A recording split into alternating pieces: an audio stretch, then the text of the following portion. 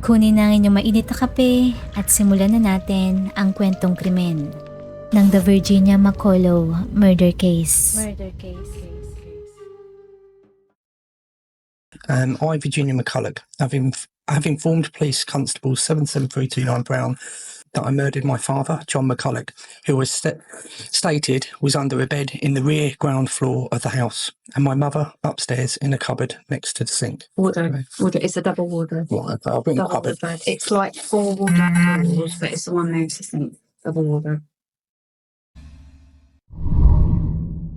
Naninirahan si Virginia Macaulay sa Chelmsford, Essex, isang maliit na bayan sa North London. Kasama nito sa isang 3-story house ang kanyang mga magulang na kapwa senior na. Si John, isang retiradong business studies lecturer, at ang misis nitong si Lois ay parehong dumaranas ng seryosong health issues. Si John ay mayroong hypertension, type 2 diabetes at glaucoma, habang si Lois naman ay mayroong severe anxiety, agoraphobia at obsessive compulsive disorder. Dahil dito, noon ay umaasa lamang ang mag-asawa sa pangangalaga ng isa sa kanilang 4 na mga anak, si Virginia, na sa edad na 31 ay nasa puder pa rin ng mga ito. Si Virginia, isang aspiring artist, ay itinuturing ng kanyang mga magulang na anghel na hulog ng langit, isang dedikadong anak na matyagang nangangalaga at namamahala ng kanilang salapi. Dahil sa taos-pusong tiwala ng mag-asawang John at Lois kay Virginia, hinahayaan nila itong i-access ng buo ang kanilang finances. Ngunit sa kabila ng kanilang mga papuri kay Virginia, tila kabaliktaran naman ito ang opinyon ng kanilang 4 pang anak. Para sa mga ito, si Virginia ay isang socially awkward, sinungaling at sadyang naiiba sa karamihan.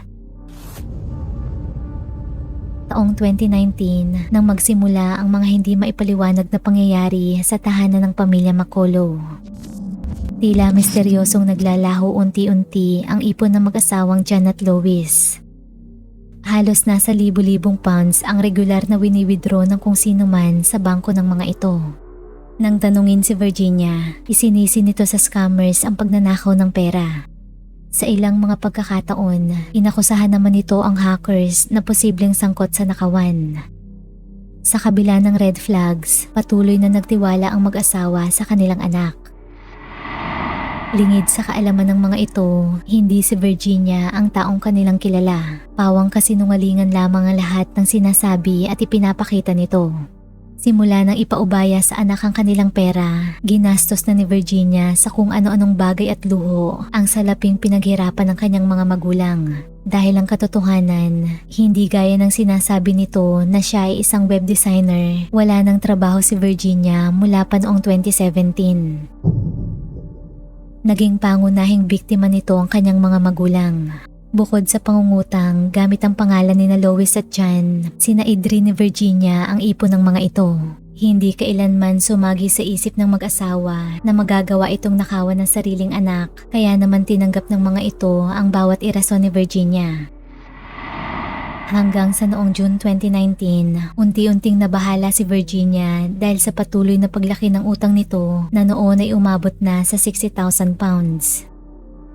Dahil sa kawalan ng sariling kita at pananatili sa bahay ng mga magulang, nabaling sa mga ito ang sama ng loob ni Virginia, lalo na sa ina nitong si Lois.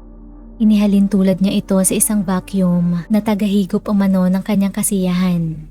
Pakiramdam umano noon ni Virginia ay natrap na ito bilang caregiver ng kanyang senior parents. Ngunit ang totoo, ang tanging concern lamang nito ay ang kanyang patong-patong na utang at pagnanakaw sa sariling magulang na anumang oras ay maaaring madiskubre ng mga ito.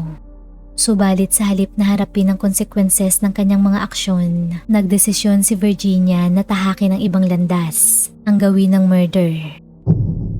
Sa loob ng ilang buwan, sinimulang planuhin ni Virginia ang pagpaslang sa kanyang mga magulang. At pagsapit ng gabi noong June 17, 2019, isinakatuparan na nito ang kanyang plano. Gamit ang inipon nitong kombinasyon ng prescription drugs, nilaso nito ang mag-asawang matanda sa pamamagitan ng paghalo ng gamot sa inumin ng mga ito. Noon ay halos maubos ni John ang iniinom na alkohol, habang si Lois naman ay kaunti lamang ang nakonsumo. Kinabukasan, nang i-check ang ama sa kanyang kwarto, wala na itong buhay. Tumalab ang lason rito. At nang silipin ng inang si Lois, dinatnan nito ni Virginia na mapayapang nakikinig sa kanyang radyo. Walang kamalay-malay sa nagbabadyang kapahamakan. Nang mapagtanto ni Virginia na hindi sapat ang ininom ni Lois upang mamatay, lumipat ito sa Plan B. Dahan-dahan itong bumaba ng hagdan sa may kusina upang kumuha ng martilyo, saka tahimik na bumalik sa kwarto ng ina. Doon na niya ito walang awang pinaghampas sa ulo gamit ang martilyo. Sinubukan pang makipagbuno ni Lois sa anak dahilan upang tumama ito ng defensive wounds. Subalit sa huli ay nabigo ito sa lakas at determinasyon ni Virginia. Ngunit hindi pa ito nakontento roon. Kumuha pa ito ng kutsilyo upang tuluyang tapusin ang kanyang misyon. Matapos ang brutal na pagpaslang, maingat na nagsikap si Virginia na pagtakpan ng murder. Una na nitong isinilid ang parehong bangkay sa kanya-kanyang sleeping bag.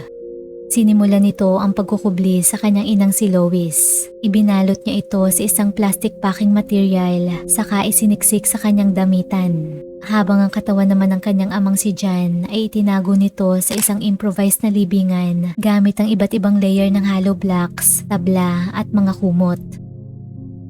Sa mga sumunod na araw, nagpatuloy ang panlilinlang ni Virginia. Gamit ang cellphone ng kanyang nanay, nagpanggap itong si Lois, saka itinext ang kanyang mga kapatid at ipinaalam na maglalagi muna umano ito sa seaside kasama si John. Dahil rito, sa loob ng ilang panahon, hindi na nag-usisa ang kanilang pamilya kung nasaan ang mga ito. Samantala, matapos ang krimen, namuhay ng normal si Virginia. Ang nakakagulat, sa loob ng 4 na taon, nagawang itago ni Virginia ang krimen at nanirahan sa isang bubong kasama ang bangkay ng kanyang mga magulang. Sa tuwing magtatanong kay Virginia ang mga kapamilya o kaibigan, pare-pareho lamang ang istorya nito, na kung hindi masama ang pakiramdam, naka-out of town umano ang kanyang mga magulang. Nagpapanggap si Virginia na si Lois at minsan ay nagpapadala ng mga mensahe at gift card sa kanilang pamilya upang maiwasan ang anumang suspisyon. Walang sino man sa mga ito ang nagkaroon ng duda dahil kung tutuusin, si Lois ay may sakit na agoraphobia, isang kondisyon kung saan nagpapanik ito kapag maraming tao o kaya ay masikip ang lugar, kaya naman takot itong maglalabas ng bahay. Habang si Jan naman ay marami ng iniindang mga sakit na maaaring magpaliwanag kung bakit hindi ito nakaka-attend sa mga okasyon. Samantala, sa tuwing darating ang araw ng check-up ni Jan at Lois, parati itong kinakancel ni Virginia dahil masama umano ang pakiramdam ng mga ito. Umabot sa 185 calls sa pagitan nito at ng medical clinic ng kanyang mga magulang ang hindi na-detect ng mga doktor. Hanggang sa magkaroon ng pandemic noong March 2020. Dahil sa istriktong COVID-19 lockdown, lalong hindi napansin ang pagkalaho ni Jan at Lois. Walang makaalis ng bahay upang makadalaw sa mag-asawang senior, lalo pat madali ang mga itong kapitan ng anumang sakit at mahawa. Naging pabor para kay Virginia ang pandemya upang mapadali ang kanyang pagkukunwari na buhay pa ang kanyang biktima. Gayunpaman, sa loob ng 4 na taong yun, ilan sa kapitbahay ng pamilya ang nakapansin sa tila kakaibang ikinikilos ni Virginia. Nagpapanggap itong buntis gamit ang pekeng tiyan na nabibili online. Naglalakad-lakad ito sa kanilang maliit na bayan at ipinagkakalat sa lahat na siya ay nagdadalang tao. Gayong alam naman ng mga ito na hindi ito totoong buntis. Napuna rin ng may-ari ng kalapit na grocery na hindi na nakakadalaw roon ang kanyang suki na sina Jan at Lois. Paliwanag ni Virginia, lumipat na ang mga ito ng tirahan. Inalala rin ito ang mga panahong nagpupunta si Virginia sa shop ng halos 4 na beses sa loob ng isang araw, subalit mawawala na lamang bigla ng ilang linggo. May ilang ring nababahala sa naririnig na minsanang sigaw na nagmumula sa apartment ng pamilyang Makolo. Hanggang sa noong September 2023, tuluyan ng naalarma ang family doctor ni Jan at Lois dahil ilang taon na nila itong hindi mahagilap ng personal. Noon ay nagtataka na ang mga ito kung bakit hindi pa rin kinukuha ni Jan ang kanyang mahalagang gamot at hindi pa rin sumusulpot para sa kanyang mga appointment. Nagkaroon na ng malakas na kutob ang mga ito na mayroong hindi tama. Kaya naman inireport na nila ito sa mga pulis. Agad na inilunsad ang missing persons case ng mag-asawang John at Lois. Sa kanilang initial search, muling iginiit ni Virginia na nasa bakasyon ng kanyang mga magulang at babalik sa sunod na buwan. Subalit malakas ang suspetsya ng otoridad na nagsisinungaling ito. Makalipas ang ilang araw, bumalik ang mga ito sa tahanan ng Macaulay dala ang search warrant. Dinatna ng mga ito sa loob si Virginia. Sa puntong yon, batid nito na wala na itong takas. Kaya naman wala na itong nagawa kundi aminin na ang krimen. Katunayan, tila nabunutan pa ito ng tinik nang idetalye ang mga pangyayari.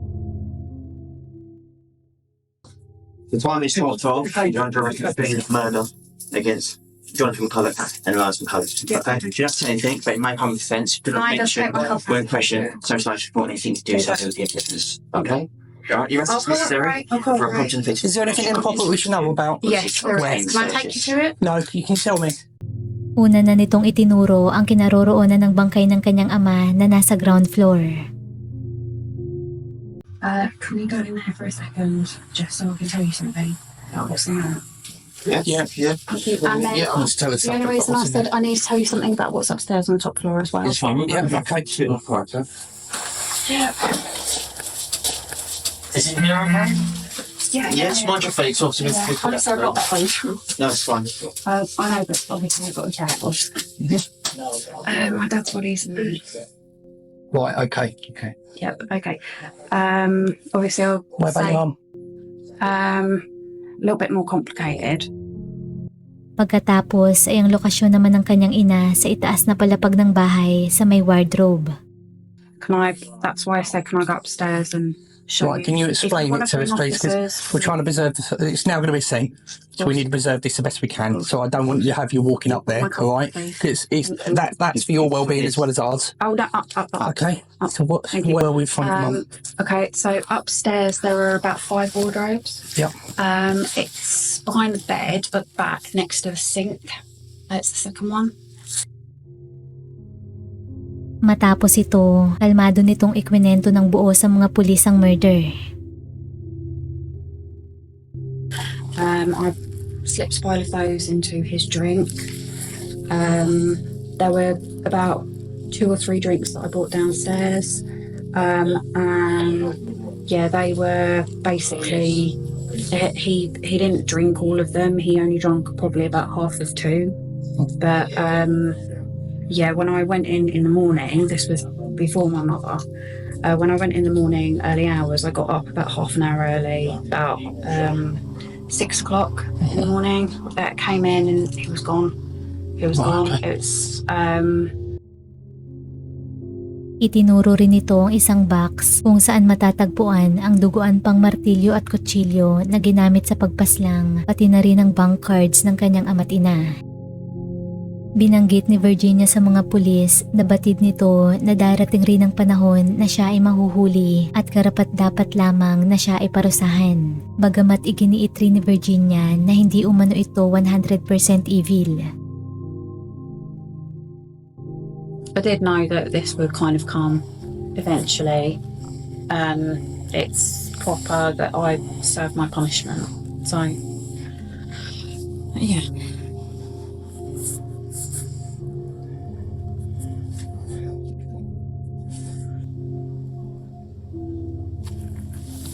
Cheer up, at least you caught the bad guy. I know I don't Waking up seem today and done my job.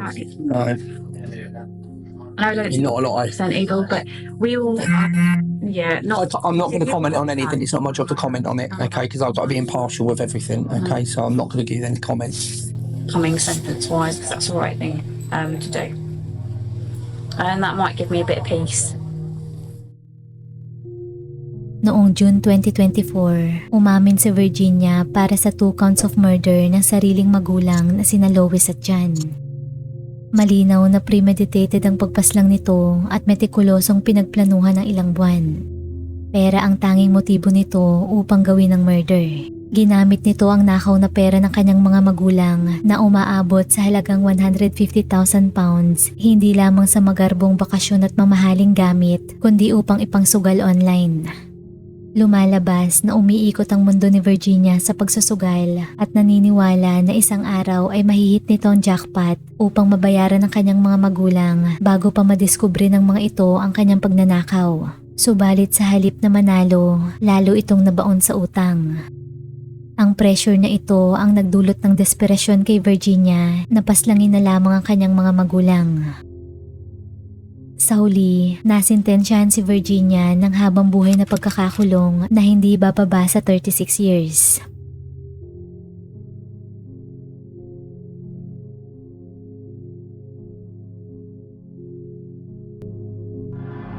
Kung nagustuhan mo ang ating kwentong krimen, huwag kalimutang mag-like, subscribe at comment sa kung ano ang iyong opinyon tungkol rito. At laging tatandaan, mahalaga ang buhay, huwag kang papatay. Maraming salamat po sa panonood at hanggang sa muli.